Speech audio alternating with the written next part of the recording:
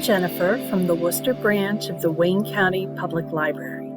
In today's Library Kitchen, I would like to share with you a recipe for pumpkin pie overnight oats. Now, I'm not the biggest fan of oatmeal in the world. I'm pretty picky, and when it comes to cooked oatmeal, I'll eat it if it's like steel-cut oats with some good milk in it. Baked oatmeal, there's like one or two recipes that I like. And for overnight oats, I have tried over the years a couple of different recipes, and they just never really tasted right to me. The texture was maybe a little bit off. The oats weren't quite cooked enough. But this recipe,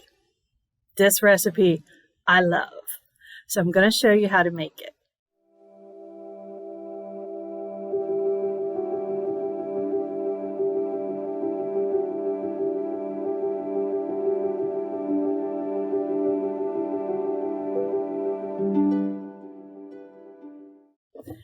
You're going to need a bowl to mix it up in and a nice spatula. I'm using a bowl that has a lid, so I can just mix it up in this and store it in this and then just eat it out of it or spoon it into a saucepan and get it warmed up in the morning. You might want to store it in a jar. That's totally up to you. You're also going to need a 1/4 cup of plain Greek yogurt, 1/4 cup of pumpkin puree, about 1/2 cup of unsweetened almond milk or regular milk or what other kind of non-dairy milk you prefer. Totally up to you. You'll need about 1 tablespoon to 2 tablespoons of maple syrup, 1/2 cup of rolled oats. You could use 1/2 teaspoon of vanilla extract if you want. I'm not using it today, but you could sure use it. And then about 1/2 teaspoon of pumpkin pie spice. So what I want to do first is mix up the wet ingredients. So I've got the yogurt. Put that in first.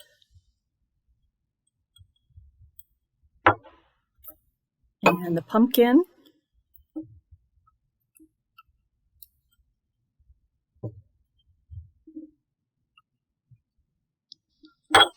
And I'm going to start just with mixing those two up a little bit.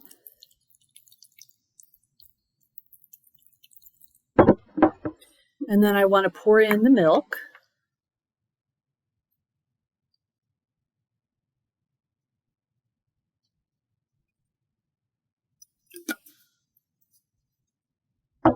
And the maple syrup.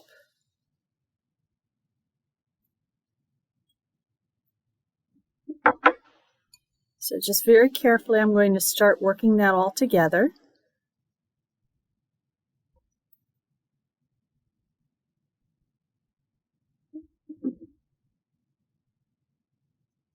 You want to get it so that it's nice and smooth. If you wanted to do this in a blender or with an immersion blender, you could certainly do that. That would go a little more quickly than just trying to work out the lumps by hand. But I'm a fan of using what you've got on hand, so today it's just going to be me and this little spatula. And there we go. So now what I want to do is just add the oats. And give it a good sprinkling of pumpkin pie spice.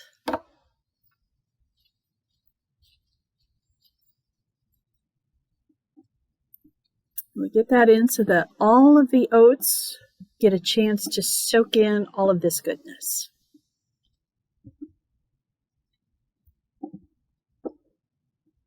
Now, what I think I like about this recipe more than the other overnight oats recipes that I've come across is probably the Greek yogurt. I mean, most recipes will call for some kind of milk, so that you soak the oats, they absorb the moisture, things are supposed to get creamy.